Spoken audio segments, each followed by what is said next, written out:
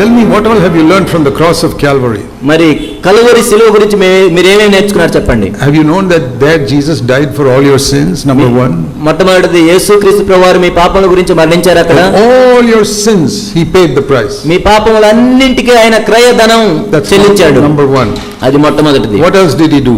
ఇంకా ఏం చేశాడు? Romans 6 says your old man was crucified with him on the cross. రోమ 6లో చెప్పబడింది మీ ప్రాచీన పురుషుడు ఆయనతో పాటు సిలువ వేయబడ్డాడు. Not only your sins were taken. అంటే మీ పాపాలు మాత్రమే తీసివేయబడటం కాదు. The old man is this wanting to sin, this one desire to sin.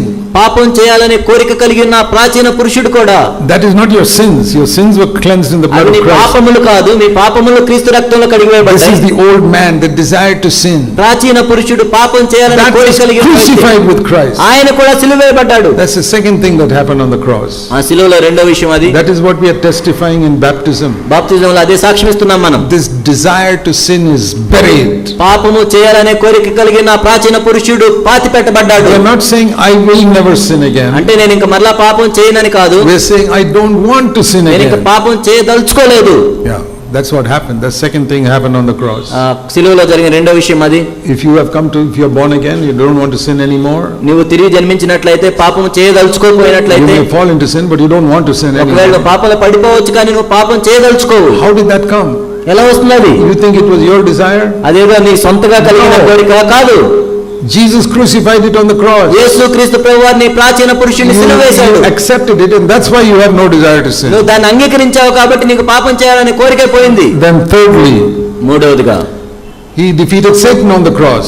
సైతాన్ని సిలువలో ఓడించాడు ప్రభు. That's another thing that happened on the cross. సిలువలో జరిగిన ఇంకో సంగతి అది. He took away the power of Satan. సైతాన్ యొక్క శక్తిని తీసివేశాడు. He didn't kill Satan. Satan is alive. సైతాన్ చంపలేదు. Satan's power is gone. కానీ సైతాన్ యొక్క శక్తిని తీసివేశాడు. It's like this terrorist, all his bombs and guns are taken away. ఆ టెర్రరిస్టుల దగ్గర నుంచి బాంబులు గన్నులు తీసివేసినట్లుగా. Now what can he do? మరి ఏం చేస్తారు వాళ్ళు? Satan's power is gone for a believer. విశ్వాసి విషయంలో సైతాన్ని నిరాయుధుడిగా taken away on the cross. ఆ సిలువలో తీసివేయబడింది. Then number 4.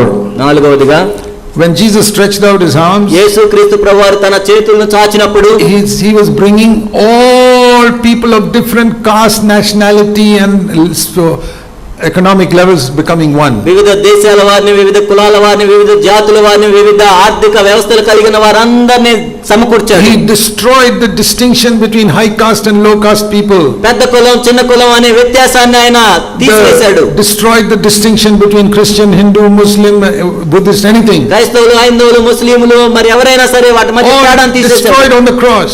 సిలువలో అవన్నీ నశింపజేయబడ్డాయి. Come to Christ, you are no longer according to your old caste. నీవు క్రీస్తు దగ్గరికి వచ్చినట్లయితే నీ పాత కులానికి నీకు సంబంధం లేదు. I am a new person in Christ, the old is gone. యేసుక్రీస్తు ప్రభువులో ప్రాచీన పురుషుడు చనిపోయాడు, ఇప్పుడు నేను నూతన వ్యక్తిని. And that is why you are no longer Telugu, Malayali, Tamil, Anglo-Indian, no. అందుకే తెలుగు, తమిళ, మలయాళం, ఆంగ్లో ఇండియన్ ఏమీ లేదు ఇప్పుడు. All destroyed on the cross. సిలువలో అవన్నీ నశింపజేయబడ్డాయి. We come as one body. మనందరం ఒక్క శరీరంగా పిలువబడ్డాం. That is what we teach and practice in CFC. CFC లో మనం బోధించేది అదే, మనం చేసేది అదే. We are one.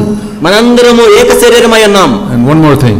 ఇంకొకటి, on the cross of Christ we learn క్రీస్తు యొక్క సిలువలో మనం నేర్చుకునేది ఏంటంటే God can make the worst thing that happens into your life to become the best thing for you. నీ జీవితంలో జరిగిన అతి హీనమైన సంగతిని కూడా అతి శ్రేష్టమైన సంగతిగా దేవుడు మార్చగలడు. You remember these 5 things? ఈ 5 విషయాలు గుర్తున్నాయా? Your sins are all forgiven. మొట్టమొదటిగా నీ పాపాలన్నీ క్షమించబడ్డాయి. Second, your old man desire to sin was killed. రెండవదిగా నీ ప్రాచీన పురుషుడు పాపం చేయాలనే కోరిక కలిగిన వ్యక్తి సిలువబడ్డాడు. Satan was defeated. మూడవదిగా సైతాను ఓడించబడ్డాడు. His power is taken away. నిరాయుధుడిగా చేయబడ్డాడు. And 4, నాలుగవదిగా people of different nationality, tribe, tongue, society and different levels all are made one in Christ. వివిధ జాతుల వారిని, వివిధ భాషల వారిని, వివిధ సామాజిక వర్గాల వారిని అందరినీ ఏకం చేశాడు. Number 5, ఐదవదిగా the worst thing that can happen to you, God will turn into the best నీ thing. జీవితంలో జరిగిన అతి హీనమైన స్థితిని కూడా దేవుడు మేలుగా మార్చగలడు. How do I say that?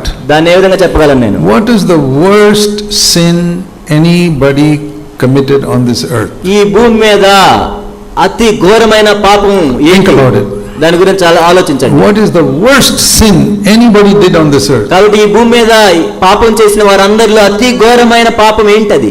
It was killing the Son of God. దేవుని కుమారుణ్ణి చంపివేయటం. killing the Son of God was the worst sin anybody committed on this earth. ఈ భూమి మీద ఎవరైనా చేయగలిగిన అతి గొప్ప పాపం అంటే అతి పెద్ద పాపం ఏంటంటే దేవుని కుమారుణ్ణి చంపేయటం, Killing Jesus Christ. యేసుక్రీస్తు ప్రభువుని చంపటం. Now tell me, ఇప్పుడు చెప్పండి, what is the best thing that happened on this earth? ఈ భూమి మీద జరిగిన అతి శ్రేష్టమైన విషయం ఏంటి? What is it? ఏంటది?